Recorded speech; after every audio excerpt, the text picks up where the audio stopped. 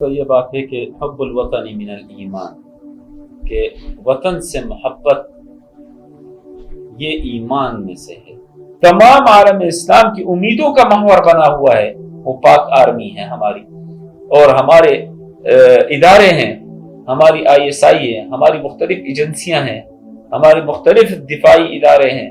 وہ تمام عالم اسلام کی امیدوں کا محور بنے ہوئے ہیں۔ ہم ان کی اس انداز سے کھلے عام تجلیل کریں، نہ شریعت ہمیں اجازت دیتی ہے، نہ قانون کی اجازت دیتا ہے، اور نہ اخلاقی طور پر ایسا کرنا چاہیے کسی کے بھی کہنے پر، کہ کسی کے بھی آواز پر، کہ طلباء کو روڈوں پر نکالنا یا طلباء کو جلسے جلوس میں نکالنا اور ریلیوں پر نکالنا، مظاہروں کے لیے نکالنا، انتہائی سخت انداز سے ہم نے اپنے جامعہ پر پابندی لگائی ہے کہ اگر ہم نے کبھی بھی حکومتوں سے پیسے دیے تو حکومتیں ہم سے یہ کہے گی کہ تم نے دین کا کام کیوں کیا، اور عوام سے پیسہ لیں گے تو عوام یہ ہمیں کہے گی کہ تم نے دین کا کام کیوں نہیں کیا۔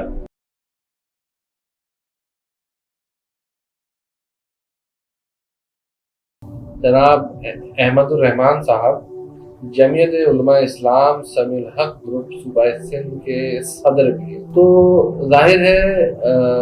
ہمارے مذہبی جماعتیں بھی سیاست میں ہیں، تو آئے ان سے کچھ لائٹر موڈ پہ، تھوڑے سے سافٹ موڈ میں ہم آ کے کچھ باتیں کر لیتے ہیں جو کہ امید ہے ہمارے سننے والوں کو پسند آئے گی۔ احمد بھائی، مولانا فضل الرحمان آج کل کچھ زیادہ غصے میں ہیں اور کچھ زہر پیشانی کر رہے ہیں۔ حالیہ دنوں میں 4 دن پہلے 24 تاریخ کو مولانا صاحب نے جامع احمدیہ کھکھر، جو خالد سمرو صاحب کا مدرسہ تھا، وہاں پہ تقریباً 50-60 منٹ کی تقریر کی۔ اس تقریر میں انہوں نے تمام حدیں پار کر چکے ہیں۔ انہوں نے یہ بھی کہا کہ فوج کا ہم وہ حال کر دیں گے جو کہ امریکن فوج کا افغانستان میں ہوا، ہم ان کو فنا کر کے رکھ دیں گے، یوں کر کے رکھ دیں گے، اور بہت کچھ کہا جو یہاں پہ کہنا ذکر کرنا، اس کو دہرانا بھی مناسب نہیں۔ انہوں نے اپنے جوش خطابت میں کچھ یوں بھی کہا کہ میں اپنے آپ کو ہر فوجی سے افضل، اعلیٰ اور اعلیٰ مرتبہ سمجھتا ہوں، جبکہ ہم اور آپ یہ خوب جانتے ہیں کہ ایک فوجی جو ایک رات سیاچن کی برف پوش پہاڑیوں میں نقطہ انجماد سے 60 سے 70 ڈگری کم میں گزارتا ہے تو ہم نہیں گزارتے۔ ہماری فوج ہی ہماری سالمیت کی ذمہ دار ہے۔ پاکستان کی جو جتنی بھی سربلندی ہے وہ باعث موجودگی وردی ہے۔ اس وردی کے خلاف کوئی بھی ایسا بھی اگر کوئی بیان دیتا ہے، چاہے وہ کسی بھی سیاسی جماعت سے ہو، چاہے کسی بھی مذہبی جماعت سے ہو، تو ہم نے ماضی میں یہ دیکھا ہے کہ کراچی شہر کی سب سے بڑی سیاسی جماعت جو تھی، اس کے تمام لوگوں کو ملیا میٹ بھی کر دیا گیا، ان کو رول بیک کر کے، پیک اپ کر کے، ان کے دفاتر کو سیز کر دیا گیا، ان کے مرکزوں کو تہس نہس کر دیا گیا، ان کے MNA MPs کو پابند سلاسل کر دیا گیا، ان کے تمام اجتماعات پہ پابندی لگا دی گئی جو ملک کے خلاف تھے، وہ ریاست کے خلاف تھے، ملک کے اداروں کے خلاف تھے، اور عوام نے بھی، کراچی کی، سندھ کی، پاکستان کی باشعور عوام نے بھی اس امر کی تائید کی کہ جو پاکستان کا غدار ہے وہ غدار ہے، وہ موت کا حقدار ہے، اس کے لیے کوئی معافی نہیں۔ تو یہاں پہ ہم یہی سوال ایک سیاسی اور مذہبی اینگل سے جناب احمد الرحمان صاحب سے پوچھتے ہیں۔ احمد الرحمان صاحب کے اس شعلہ انگیز بیان کو وہ کس انداز سے دیکھتے ہیں، اور پاکستان افواج کی جس انداز سے تضحیک کی جا رہی ہے، جس انداز سے پاکستان افواج کی تذلیل کی جا رہی ہے، اس کو کن الفاظ میں بیان کرتے ہیں؟ جی سب سے پہلے تو یہ بات ہے کہ حب الوطن من الایمان، کہ وطن سے محبت یہ ایمان میں سے ہے، کہ جہاں پر انسان رہتا ہو، جہاں پیدا ہو، جو اس کا وطن ہو، وہ اس سے محبت ایمان میں سے ہے، کہ اگر وطن کے ساتھ محبت نہیں تو اس کا ایمان مکمل نہیں۔ پھر اس کے بعد کہ یہاں پر اس ملک میں مختلف ادارے ہیں، وہ اپنا کام اس انداز سے کر رہے ہیں، اور چونکہ جس طرح میں پہلے بھی کہہ چکا کہ ہمارے جغرافیائی سرحدات محفوظ نہیں ہیں، ہر جانب سے دشمن ہماری جانب بالکل وہ نشانہ بنا کر کے بیٹھے ہوئے ہیں. لہذا اب ایسے موقع پر میں یہ سمجھوں کہ کوئی ادارہ وہ میری سوچ اور سمجھ کے مطابق کام نہیں کرے، یا آپ یہ سمجھے کہ کوئی ادارہ آپ کے سوچ اور سمجھ کے مطابق کام نہیں کرے، تو یہ ہمارے سوچ اور سمجھ سے ایک بالا سی بات ہے. کیونکہ مختلف اقوام ہیں، مختلف ممالک ہیں کہ جو اس پاکستان کے خاتمے کے انتظار میں ہیں، اور وہ اس کے خاتمے کے لیے وہ لگے ہوئے ہیں، کوشاں ہیں. لہٰذا ہر ایک کو ہر ایک مقام پر، ہر ایک کو ہر ایک سرحد پر اس انداز سے اس کے مزاج کے مطابق فوج اس کو جواب دیتی ہے، ہر ادارہ اس کو جواب دیتا ہے. تو ایک بات تو یہ ہے. دوسری بات یہ ہے کہ اس کو اگر اس انداز سے دیکھا جائے کہ ہمارے ادارے ہیں، افواج پاکستان اور ان کے ساتھ دیگر جتنے بھی ادارے ہیں، یقیناً کہ یہ اس ملک کے حفاظت میں ہیں. پیغمبر علیہ الصلوۃ والسلام نے فرمایا ہے، اور یقیناً کہ ہمارے جو افواج جو سرحدوں پر ہی کھڑے ہوئے ہیں، سیاچن کے اس برف پوش ان پہاڑوں میں وہ آ کر کے بیٹھے ہوئے ہیں، یہ اور یعنی مجاہدین، اور کس کو کہا جائے گا کہ کسی اسلامی سرحد کی حفاظت میں وہ کھڑا ہوا ہے تو وہ مجاہد ہے. یقیناً ہم اسے اور آپ نہیں بیٹھ سکتے. انگلش میں ہم اسے فوج کہتے ہیں، سے آرمی کہتے ہیں، آرمی ہم اسے کہتے ہیں، فوجی ہم اسے کہتے ہیں، عام فورسز ہم اسے. مقصد یہ کہ اگر دیکھا جائے تو وہ تو مجاہد ہے، مجاہدین کہ وہ ہمارے اسلامی ملک کے حفاظت میں وہ وہاں پر وہ کھڑے ہوئے ہیں، وہ اس میں کوشاں ہیں. اور پیغمبر علیہ الصلوۃ والسلام نے فرمایا کہ جو شخص ایک رات جس نے یوں کر کے گزار دی چوکیداری میں، پھیرے داری میں، اپنے ملک کے، اپنے وطن کے، اپنی ریاست کی حفاظت میں گزار دی، تو اس کا جو انعام ہے وہ کوئی سوچ نہیں سکتا کہ کس قسم کے انعامات اللہ رب العزت نے اس کے لیے رکھے ہیں. اور دوسری بات آخری میں یہ عرض کروں گا، اگر کسی کو کوئی پھر بھی کوئی گلہ ہے، کوئی شکوہ ہے کسی ادارے سے، اور اگر کوئی شخص یہ کہتا ہے کہ میں افضل ہوں فوج سے، یا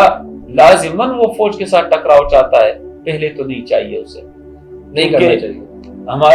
میں مسلمان بحیثیت میں مسلمان ہونے کے، ہماری جتنے سیکورٹی کے ادارے ہیں یقیناً کہ اس میں اکثریت مسلمانوں کی ہے، لازماً مسلمانوں، اقلیت بھی ہے، اقلیت میں بھی نہیں، اقلیت کچھ اگر ہے بھی، لیکن ہم اکثریت کی پاکستانی تو ہیں، ہر حال میں کی بات کریں گے. اگر اقلیت بھی ہیں تو پاکستانی تو ہیں. تو وہ جو اس کے اندر موجود ہے، تو میں یہ چاہوں گا کہ قطعاً ہمیں انہیں ان باتوں میں مشغول نہیں کرنا چاہیے کہ وہ میری یعنی کہ مجھے جواب دینے کے پیچھے لگا ہو، یا دوسرے کو یا تیسرے کو. پیغمبر علیہ الصلوۃ والسلام مکہ مکرمہ کی سرزمین پر ہے، جائے پیدائش ہے نبی علیہ الصلوۃ والسلام کی. آپ صلی اللہ علیہ وسلم کا 3 سالہ بائیکاٹ مستقل کیا گیا. آپ صلی اللہ علیہ وسلم پر کئی مرتبہ وہاں پر قاتلانہ حملے کیے گئے، آپ صلی اللہ علیہ وسلم کو اذیت دیے گئے. لیکن جب اللہ رب العزت نے آپ صلی اللہ علیہ وسلم کو حکم دیا ہجرت کا، نبی علیہ الصلوۃ والسلام کو کہ آپ یہاں سے چلے جائیں، اور اب آپ مدینہ منورہ پھر آپ تشریف لائے، اور نبی علیہ الصلوۃ والسلام نے وہاں پر ایک اسلامی ریاست بنائی. اور اس کے بعد پیغمبر علیہ الصلوۃ والسلام نے پوری دنیا میں اسلام کے جھنڈے اور پھریرے لہرانے کے لیے اپنے اصحابہ کو بھیجا. تو اس سے یہ معلوم ہوتا ہے کہ اسلام مجھے قطعاً اس چیز کی اجازت نہیں دیتا، میرا دین قطعاً مجھے یہ اجازت نہیں دیتا کہ میں ایک اسلامی مملکت کے اندر بیٹھ کر کے اس ریاست کے خلاف سازشیں کروں. بولنا بہت دور کی بات ہے، سوچوں گی، بولنا بہت دور کی بات ہے، یہاں تک کہ اسلام مجھے اس بات کی اجازت نہیں دیتا کہ میں اس ریاست کے خلاف میں سازش بھی کروں اور کسی اداروں کے خلاف میں بولوں بھی. یہ بات الگ ہے. سب سے بڑی بات یہ ہے کہ یہ ہمارا گھر ہے، ہمارے گھر میں میرا اپنے بھائی کے ساتھ اختلاف ہو سکتا ہے، میں کہوں گا اپنا رویہ ٹھیک کر لو. میرا اپنی بہن کے ساتھ، اپنے والدین کے ساتھ کسی رائے پر اختلاف ہو سکتا ہے. میری کوشش یہ ہوگی کہ میں ایک بات کر کے ایک مشورے کے طور پر انہیں میں کہہ سکتا ہوں، لیکن میں قطعاً مجھے یہ گھر یہ اجازت نہیں دیتا کہ میں لڑائی جھگڑے اور فساد اور تصادم کے راستے کو اختیار کروں. اسی طرح اسلام ہمیں قطعاً اس چیز پر اجازت نہیں دیتا کہ ہم اس ملک کے عوام کو ابھارے اور ان کو اپنے غیور غیرت مند فوج کہ جس پر تمام عالم اسلام کی نظریں ہیں، جو تمام عالم اسلام کی نظروں کا محور اس وقت بنا ہوا ہے، پاک فوج، تمام عالم اسلام کی امیدوں کا محور بنا ہوا ہے، وہ پاک آرمی ہے ہماری، اور ہمارے ادارے ہیں، ہماری ISI ہے، ہماری مختلف ایجنسیاں ہیں، ہمارے مختلف دفاعی ادارے ہیں، وہ تمام عالم اسلام کی امیدوں کا محور بنے ہوئے ہیں. ہم ان کی اس انداز سے کھلے عام تذلیل کریں، نہ شریعت ہمیں اجازت دیتی ہے، نہ قانون کی اجازت دیتا ہے، اور نہ اخلاقی طور پر ایسا کرنا چاہیے کہ جس کی وجہ سے کہ اندرون خانہ اور بیرون بھی جتنے بھی دشمن ہیں انہیں بولنے کی بھی موقع ملتا ہے، پاکستان کی جنگ غذائی بھی ہے بالکل، اور پاکستان کی سالمیت کے خلاف یہ یعنی کہ بولنا ہے، لہٰذا یہ خطرناک بات ہے. تو ایسا نہیں کرنا چاہیے. اگر کوئی اور گلے شکوے ہے تو واپس کر کے اتنی ملاقاتیں ہوتی ہے، ان ملاقاتوں میں ان گلے شکووں کو بھی وہ تو اس بات کو مانتا ہی نہیں ہے نا کہ ملاقاتیں ہوتی ہیں، وہ تو اس بات کو مان نہیں رہے کہ ملاقاتیں ہوتی ہیں. اب لوگ بتا رہے ہیں کہ ملاقاتیں ہوتی ہیں، ملاقاتیں ہونی چاہیے، جیسا آپ نے کہا کہ جن سے ہو رہی ہے انہیں چاہیے کہ وہ پھر بتا دے کہ ہو رہی ہے. اب وہ جب یہ بتا رہے ہیں تو وہ مان نہیں رہے نا. اب ضروری یہ ہے کہ وہ پھر وہ کہتے ہیں شیخ رشید صاحب کے میں ویڈیو دکھاؤں گا. احمد بھائی آپ ماشاءاللہ ایک عالم بھی ہیں، عالم الفاضل بھی ہیں، ایک بزنس بھی رکھتے ہوں گے، کام بھی کرتے ہوں گے، مدرسے کے ناظم اعلیٰ بھی ہیں، وہاں سے جو ایک معمولی سا وظیفہ شاید ملتا ہوگا اس سے بھی آپ کا گزر بسر ہو رہا ہوگا. اس معمولی سی رقم کے ساتھ آپ کے کتنے فارم ہاؤسز ہیں، کتنے پلاٹس ہیں، 2,000 ایکڑوں کے کوئی فارم ہاؤس ہے آپ کا، کوئی بلڈنگیں ہیں، ہائی رائز بلڈنگز ہیں پاکستان سے باہر، دبئی میں، ملیشیا میں، کوالمپور میں، پیٹرول، ہائی آکٹین مٹی کا تیل یا کوکنگ آئل برآمد یا درآمد کرنے کے آپ نے حکومت سے پرمٹ لے لیے، جبکہ ہم اور عوام بخوبی واقف ہیں کہ کراچی شہر میں بیشتر مدارس آپ کے زیر اثر ہیں، اور اگر آپ اپنی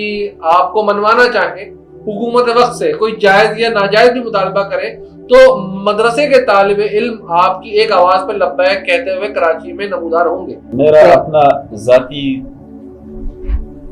کوئی بھی کسی بھی قسم کا کوئی بزنس نہیں. سب سے بڑی بات یہ ہے کہ چونکہ مجھے وقت بھی نہیں ملتا، صبح کلاس میں آ کر کے وہاں پر پڑھایا، اور اس کے بعد جو دفتر کے جو کام ہے، مہمان وغیرہ اور جو باہر کے معاملات ہیں جامعہ کی جانب سے وہ کی، پھر والد صاحب کی جگہ پر رات عشاء کی نماز کے بعد قرآن کا درس ایک معمول ہے وہ دیا جاتا ہے. لہٰذا ہم اپنے مدرسے سے اپنے ادارے سے ہی فارغ نہیں ہیں، بس اسی میں ہوتے ہیں. اور جو اللہ رب العزت جو تھوڑا بہت جو وظیفہ یہاں سے دے رہا ہے تو شاید کہ یعنی باہر کے اور معاملات نہیں ہیں کہ جس کی وجہ سے یہی وظیفہ ہمارے لیے کافی ہو جاتا ہے. ایک تو یہ ہے. دوسری بات یہ ہے کہ کسی کے بھی کہنے پر کہ کسی کے بھی آواز پر کہ طلباء کو روڈوں پر نکالنا یا طلباء کو جلسے جلوس میں نکالنا اور ریلیوں پر نکالنا، مظاہروں کے لیے نکالنا، انتہائی سخت انداز سے ہم نے اپنے جامعہ پر پابندی لگائی ہے. اور میں اپنے طلباء کو سختی سے کہتا ہوں کہ ہمارے طلباء سب سے پہلے طالب علم ہیں. آپ یہاں پر پڑھنے کے لیے آئے ہیں، آپ پڑھیں، تعلیم حاصل کریں. اس کے بعد جب آپ کا دماغ مضبوط ہو اور آپ کو پوری سمجھ آنے کا وقت ہو تو پھر آپ اس وقت کسی جماعت میں جانا چاہے، سیاسی یا مذہبی، جہاں پر جائے تو آپ جا سکتے ہیں. یعنی دوران تدریس آپ کے طالب علموں پہ مکمل پابندی ہے کہ کسی سیاسی سرگرمی میں سیاسی مذہبی سرگرمی میں نہ حصہ لے سکتے ہیں. اور یہاں تک کہ اگر مجھے بھی ضرورت ہو تو میں بھی آپ کو کہوں تو آپ میرے لیے بھی روڈ پر نہ نکلیں، قطعاً نہیں ہوگا. اور اگر کسی شخص کے کاروبار ہے اور کوکنگ آئل کے کاروبار ہے یا پیٹرول کے کاروبار ہے یا ڈیزل کے کاروبار ہے تو یہ تو کاروبار ہے، اب وہ کر رہا ہے، یہ اس کے لیے اور اللہ پاک آسانیاں فرمائے. اللہ پاک اس کے لیے آسانیاں فرمائے اور حکومت نے اس کے لیے ادارے بنائے اگر اس کی تحقیقات کے لیے، تو ان اداروں کو چاہیے کہ وہ صحیح معنوں میں ٹھیک ٹھاک انداز سے، شفاف انداز سے وہ انویسٹیگیشن نہیں کرے، اور یہ تمام کے تمام اثاثے اگر بنائے گئے یہاں پہ انویسٹیگیشن کا ہی تو آ گیا ہے، سارا معاملہ تو انویسٹیگیشن کا آ گیا ہے کہ جیسے انویسٹیگیشن شروع ہو رہی ہے مولانا صاحب سے 2000 ایکڑ کے جو فارم ہاؤس ہے اس پہ سوال، دیکھیں آپ مجھے ڈائریکٹ مولانا تک صرف محدود نہ رکھیں، نہیں میں اوروں کی بات بھی کروں، نواز شریف پہ بھی آ جاتے ہیں، آصف زرداری پہ بھی آ جاتے ہیں، اور پاکستان کے تمام سیاستدان، پاکستان کے مدارس کے پیچھے حکومتیں لگی ہوئی ہوتی ہے کہ جی آپ کے پاس یہ فنڈ کہاں سے آ رہا ہے، آپ طلباء کے خرچے کس طرح برداشت کر رہے ہیں، کھانا پینا، بجلی کے بل، وہ بھی آپ بتائیں، یہ سب کچھ ہم سے پوچھا جاتا ہے، وہ بھی آپ بتائیں تاکہ لوگ بھی جان سکیں، حکومت کا جواب نہ دیں، سب سے بہتر منصف عوام ہے، سب سے بہتر منصف یہ میڈیا ہے جو بتائے گا کہ فنڈ کہاں سے آتا ہے۔ ہمارے حضرت والد محترم فرماتے تھے کہ اگر ہم حکومتوں سے پیسہ لیں گے تو حکومتیں ہم سے کہے گی کہ تم نے دین کا کام کیوں کیا، اور اگر عوام کا پیسہ لیں گے تو عوام کہے گی کہ تم نے دین کا کام کیوں نہ کیا۔ صحیح، یہی یہ بات آپ دوبارہ ریکارڈ کروائیے، بہت زبردست بات ہے۔ حضرت والد محترم رحمہ اللہ فرماتے تھے کہ اگر ہم نے کبھی بھی حکومتوں سے پیسے دیے تو حکومتیں ہم سے یہ کہے گی کہ تم نے دین کا کام کیوں کیا، اور عوام سے پیسہ لیں گے تو عوام یہ ہمیں کہے گی کہ تم نے دین کا کام کیوں نہیں کیا۔ تو لہٰذا ہمارے پاس، میں آپ کی مثال دیتا ہوں، آپ کا مجھ سے ایک تعلق ہے، اس جامعہ کے ساتھ آپ کا دیرینہ تعلق ہے، کئی لوگ اس طریقے سے کہ جن کا ہم سے ایک تعلق ہے، وہ آ کر کے اس جامعہ میں کچھ پیسے دے کر کے چلا گیا، اب وہ نہیں چاہتا کہ میرا نام لکھا ہو، رسید وہ وصول کر لے گا، اور بعض اوقات وہ رسید بھی وصول وہ نہیں کرتا، اس کا ایک تعلق ہے، وہ اپنے آپ کو پوشیدہ رکھنا چاہتا ہے، اسے معلوم ہے کہ پیغمبر علیہ الصلوۃ والسلام نے فرمایا کہ اللہ رب العزت فرماتے ہیں کہ